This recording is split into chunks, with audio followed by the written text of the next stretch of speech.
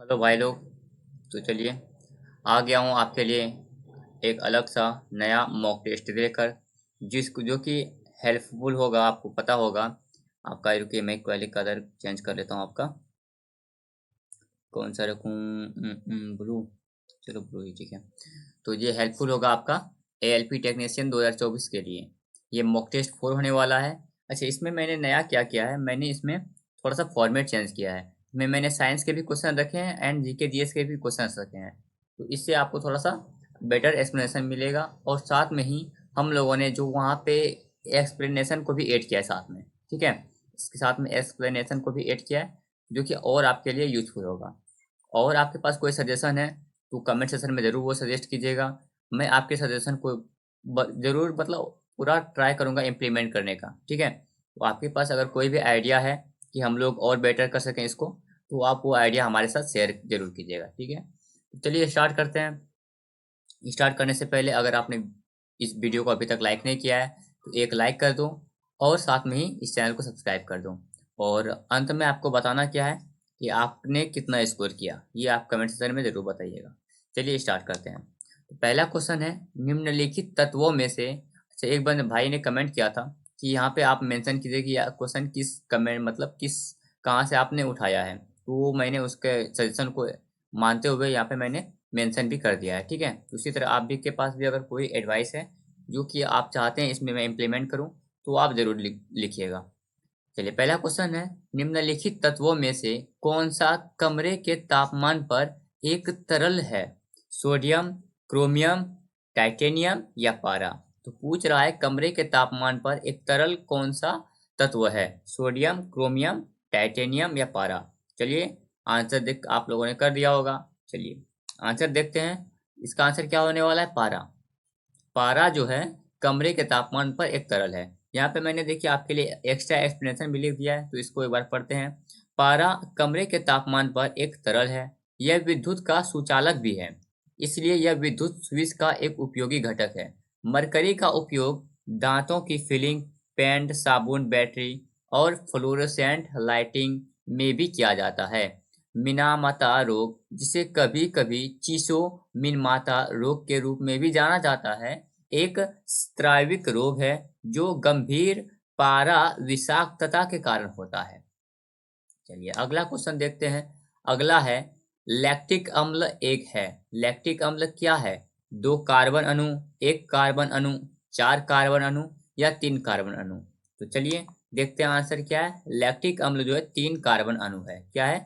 Lactic अम्ल तीन carbon अणु है। लैक्टिक अम्ल एक तीन कार्बन अणु है। लैक्टिक अम्ल बनने के परिणाम स्वरूप मांसपेशियों में दर्द, ऐंठन और मांसपेशियों में थकान हो सकती है। दही में लैक्टिक अम्ल होता है। ठीक है, अगला क्वेश्चन क्या है? डैश की कमी से क्वासियोरकर नामक विकार होता है। ये क्वासियोरकर है जिसको मैं यहाँ पे लिख देता हूँ। ये उसका स्पेलिंग होता है क्वासियोरकर। तो गैस के कारण क्वासियोरकर नामक विकार उत्पन्न होता है। कार्बोहाइड्रेट, वसा, खनिज पदार्थ या प्रोटीन? तो इसका आंसर आपको पता होगा कि प्रोटीन के कारण क्वासियोरकर नामक विकार होता है। क्वासियोरकर नामक आपका क्या कहते हैं, डिजीज होता है। प्रोटीन की कमी से क्वासियोरकर नामक विकार उत्पन्न हो जाता है। प्रोटीन मिसफोल्डिंग को अल्जाइमर रोग, पार्किंसंस रोग, हंटिंगटन रोग और कुर्ज़फेल्ड जैकब रोग, सिस्टिक फाइब्रोसिस, गौचर रोग और कई अन्य अपक्षयी और न्यूरोडीजेनरेटिव विकारों का प्राथमिक कारण माना जाता है। चलिए अगला क्वेश्चन, 2018 में 11वां विश्व हिंदी सम्मेलन कहाँ आयोजित किया गया था? 2011 में 2018 में 11वां विश्व हिंदी सम्मेलन आयोजित कहाँ हुआ था? क्या वो चंडीगढ़ में हुआ था, कोलकाता में हुआ था, मुंबई में हुआ था या मॉरिशस में हुआ था? तो इसका आंसर आप लोग बताइए। इसका आंसर होगा मॉरिशस। कहाँ हुआ था? 2018 में जो हुआ था 11वां विश्व हिंदी सम्मेलन, वो मॉरिशस में हुआ था। चलिए एक्सप्लेनेशन देख लेते हैं। 11वां विश्व हिंदी सम्मेलन 2018 मॉरिशस में आयोजित किया गया था। विश्व हिंदी सम्मेलन हिंदी भाषा पर एक विश्व सम्मेलन है जिसमें भाषा में योगदान देने के लिए विभिन्न देशों विभिन्न देशों के कई हिंदी विद्वान लेखक या पुरस्कार विजेता शामिल है। चलिए, इसका अगर आपको पीडीएफ चाहिए तो वो मेरे टेलीग्राम चैनल पे आपको मिल जाएगा, तो वहां से आप इसको ज्वाइन करके रख सकते हैं। चलिए, अगला क्वेश्चन, इसरो के किस पूर्व अध्यक्ष को 2019 में फ्रांस के सर्वोच्च नागरिक सम्मान से सम्मानित किया गया है? एस किरण कुमार, कैलाश वादिव शिवान, के राधाकृष्णन या जीव माधवन नायर? तो किसको फ्रांस का सर्वोच्च नागरिक सम्मान मिला है? उनका नाम है एस किरण कुमार। क्या नाम है? एस किरण कुमार। चलिए, इसरो के पूर्व अध्यक्ष किरण कुमार को 2019 में फ्रांस के सर्वोच्च नागरिक सम्मान से सम्मानित किया गया है। डॉक्टर के सिवन इसरो के वर्तमान अध्यक्ष हैं। ये तो यहाँ पे अभी वर्तमान अध्यक्ष नहीं है। चलिए, अगला देखते हैं। 2019-20 में भारत के कुल चीनी उत्पादन का 1/3 से अधिक किस राज्य में था? हरियाणा, उत्तर प्रदेश, पंजाब या बिहार? तो बताइए, इसका आंसर क्या होने वाला है? इसका आंसर उत्तर प्रदेश होने वाला है। 2019-20 में उत्तर प्रदेश में भारत के कुल चीनी उत्पादन का 1/3 से अधिक था। राष्ट्रीय चीनी अनुसंधान संस्थान कल्याणपुर, कानपुर, उत्तर प्रदेश, भारत में स्थित है। गन्ना प्रजनन संस्थान कोयम्बटूर में स्थित है। गन्ना प्रजनन संस्थान कहाँ है? कोयम्बटूर में है। चलिए, अगला क्वेश्चन है, कोबोल भाषा के डैश के लिए उपयुक्त है? कोबोल भाषा जो है वो किसके लिए उपयुक्त है? ग्राफिकल इंटरफेस बनाने के लिए, व्यावसायिक उद्देश्य के लिए, वैज्ञानिक उद्देश्य के लिए या शैक्षणिक उद्देश्य के लिए? पूछा जा रहा है कोबोल भाषा जो है वो उसका यूज कहाँ पे करते हैं? तो कोबोल भाषा का यूज जो है ना करते हैं व्यावसायिक उद्देश्य के लिए।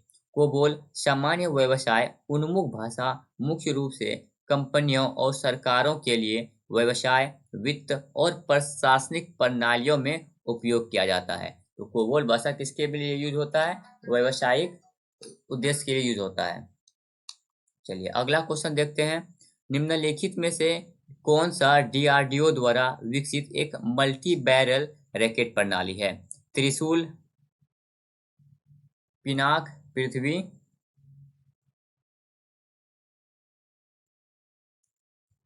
धनुष?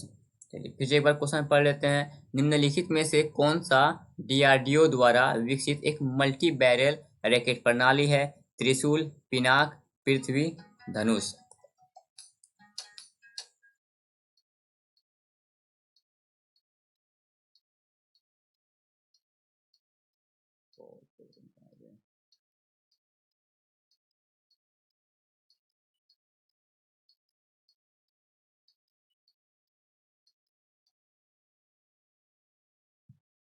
सॉरी, थोड़ा सा यहाँ पे डिले हो रहा है। एक बार मुझे मेरा कॉल आ रहा है इसीलिए मैं यहाँ पे कर रहा हूँ। चलिए ठीक है, एक बार पढ़ते हैं फिर से। निम्नलिखित में से कौन सा डीआरडीओ द्वारा विकसित एक मल्टी बैरल रैकेट प्रणाली है? त्रिशूल, पिनाक, पृथ्वी या धनुष? तो देखो, हेलो, अपनी वीडियो रिकॉर्ड कर रहे थोड़ा देर बाद में कॉल करे छो।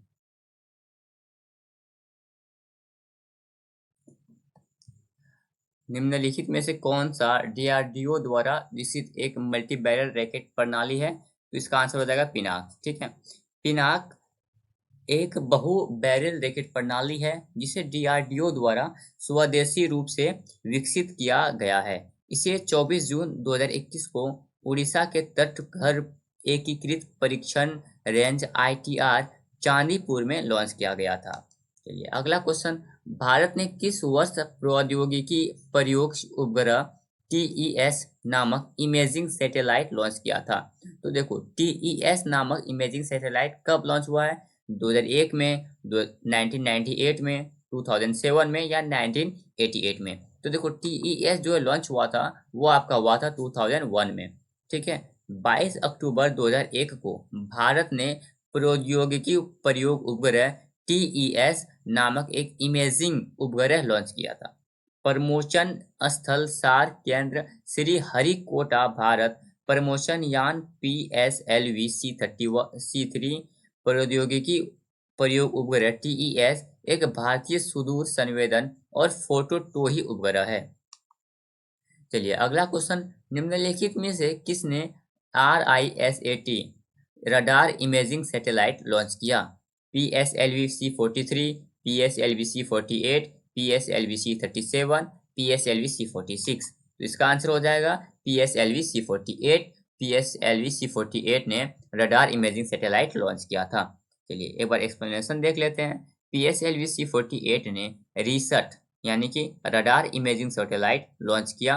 इसकी लॉन्च की तारीख 11 दिसंबर 2019 है। Launch site Satish Dhawan space centre. कहाँ से लॉन्च किया गया है? तो सतीश धवन स्पेस सेंटर यानी पहला लॉन्च पैड FLP है। यह एक पृथ्वी का अवलोकन उपग्रह है। अगला क्वेश्चन मैंने यहाँ पे देखो मिक्स करके रखा है ताकि आपका इसमें जीके और साइंस भी कवर हो जाए। बस आप इसको ही अगर अटेम्प्ट करते रहते हो तो एग्जाम में भी टाइम है तो आपका बहुत अच्छा खासा स्कोर हो जाएगा। साथ में एक्स्ट्रा एक्सप्लेनेशन जो है आपके लिए और भी ज़्यादा यूजफुल होगा, इसीलिए मैंने उसे ऐड किया है। चलिए अगला क्वेश्चन है, निम्नलिखित में से कौन असम में स्थित नहीं है? असम में स्थित कौन नहीं है? काजीरंगा राष्ट्रीय उद्यान, नामेरी राष्ट्रीय उद्यान, मानस राष्ट्रीय उद्यान या डंपा टाइगर रिजर्व। तो आपको पता है कि डंपा टाइगर रिजर्व जो है कहाँ स्थित है? ये आपका मिजोरम में स्थित नहीं है। सॉरी, मिजोरम में नहीं, असम में स्थित नहीं है। ये आपका कहाँ स्थित है? ये आपका मिजोरम में स्थित है। बाकी ये तीनों आपका असम में स्थित है। चलिए अगला देखते हैं। अगला है आपका, किसी भारतीय मुख्यमंत्री ने पहली बार, सॉरी किसी नहीं है, किस भारतीय मुख्यमंत्री ने पहली बार राष्ट्रीय ध्वज स्वतंत्रता दिवस की मेजबानी की थी? मेजबानी कब की थी ये लिखा हुआ है।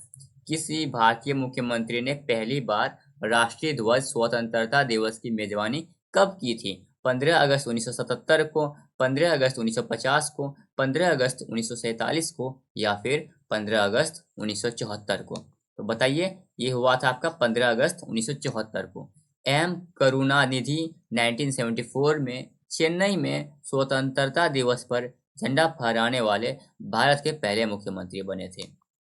अच्छा, आप लोगों के लिए एक छोटा सा क्वेश्चन मैं पूछना चाह रहा हूँ, क्या इस क्लासेस को लाइव कर दिया जाए? अगर आप लोग लाइव अटेम्प्ट कीजिएगा तो वो और बेनिफिशियल होगा। उसमें मैं क्या करूँगा, आपके लिए टाइम भी रहेगा तो वहाँ से आप लोग इंटरेक्ट करना थोड़ा सा आसान हो जाता है। तो आप लोग कमेंट के करके बताइएगा, क्या इस फॉर्मेट को, इस जो वीडियो बना रहा हूँ इसको लाइव पढ़ाया जाए? लाइव पढ़ाने से होता है क्या है कि वहाँ से आप जैसे कि इसका आंसर करोगे तो वो आपके लिए इंटरेक्शन का थोड़ा सा काम बढ़ जाता है, इंटरेक्ट करना थोड़ा इजीली हो जाता है। ठीक है, तो आप लोग कमेंट करके बताइएगा। किस संवैधानिक संशोधन ने निदेशक सिद्धांतों को मौलिक अधिकार पर वरीयता दी? तो देखो कौन सा संवैधानिक संशोधन हुआ था जिसमें कि मौलिक अधिकार को वरीयता दिया गया था? 55th, 42nd, 43rd and 44th। तो आई थिंक इसका आंसर सबको पता होगा। 42nd, जिसको कि मिनी कॉन्स्टिट्यूशन भी कहा जाता है, उन्हीं में हम लोग मौलिक अधिकारों को ऐड किए थे। तो 42वें संशोधन ने निदेशक सिद्धांतों को मौलिक अधिकार पर वरीयता दी गई थी। 42वें संशोधन कब हुआ था? 1976 को। लघु संविधान यानी कि मिनी कॉन्स्टिट्यूशन भी कहा जाता है। 42वें संविधान संशोधन अधिनियम 1976 द्वारा भारत के संविधान की प्रस्तावना में जो 3 शब्द जोड़े गए वे हैं समाजवादी, धर्मनिरपेक्ष और अखंडता। सोशलिस्ट, इंटेग्रिटी एंड यूनिटी, ये जोड़ा गया था। चलिए 15th क्वेश्चन क्या है? भारतीय नदी प्रणाली कितने प्रकार की होती है? तो भारत में जो नदी प्रणाली है वो कितना टाइप का है? 4, 2, 1 या 3? तो भारत की जो नदी प्रणाली है वो 2 टाइप की है। कौन कौन सा? एक तो हिमालय नदी और एक आपका क्या हो गया, कहाँ लिखा गया है? तो 2 टाइप का आपका जो होता है मैं बता देता हूँ आपको।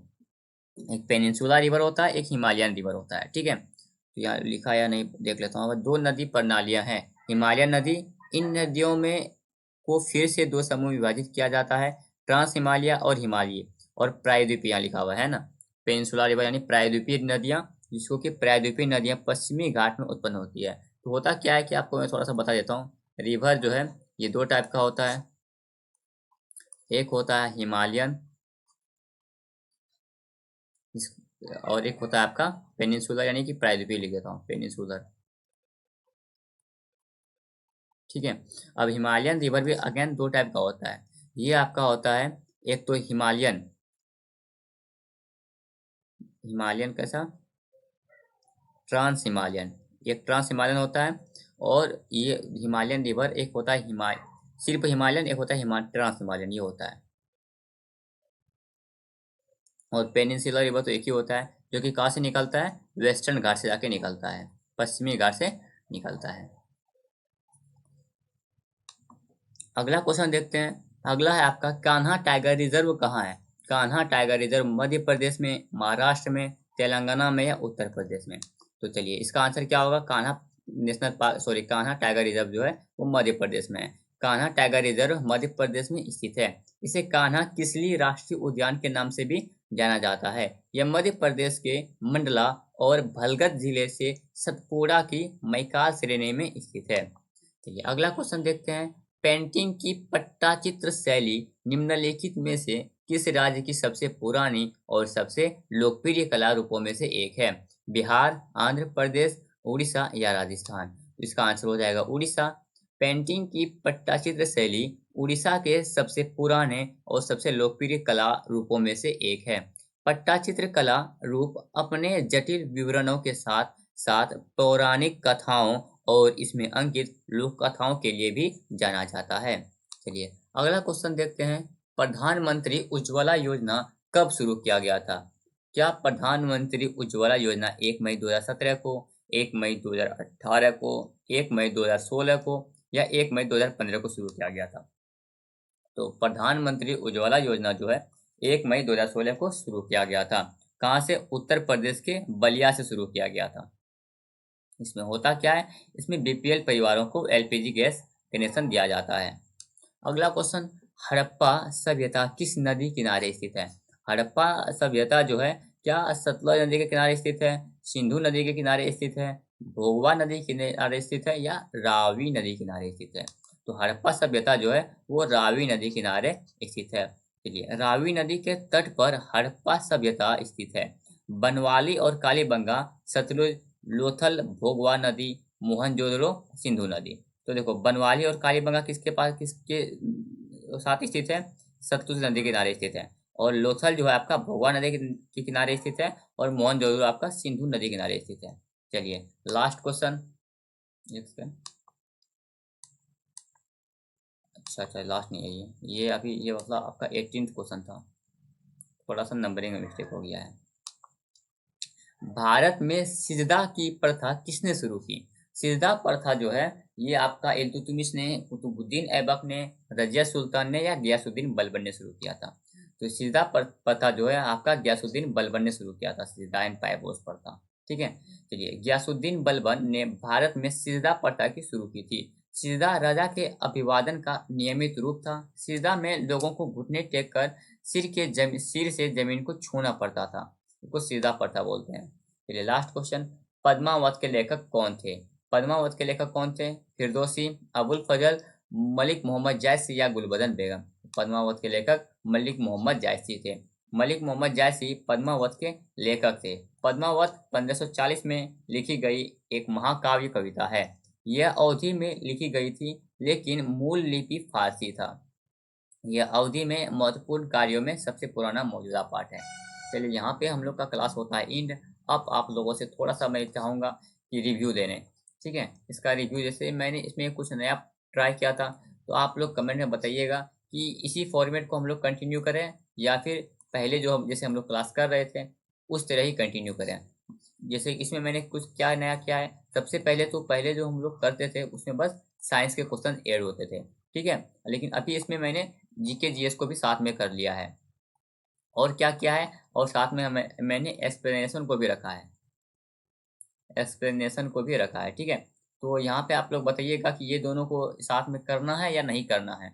अगर आपको इस फॉर्मेट पढ़ना है तो आप लोग कमेंट करके बताइएगा कि ये फॉर्मेट ही सही है, नहीं तो फिर हम लोग पहले अगेन पहला इसी फॉर्मेट पे आ जाएंगे। ठीक है, तो आप लोगों का मैं इंतजार करूँगा। बताइएगा एक बार कमेंट करके कि कैसे आपको करना है। ठीक है, वैसे मेरे हिसाब से ये ज़्यादा हेल्पफुल है।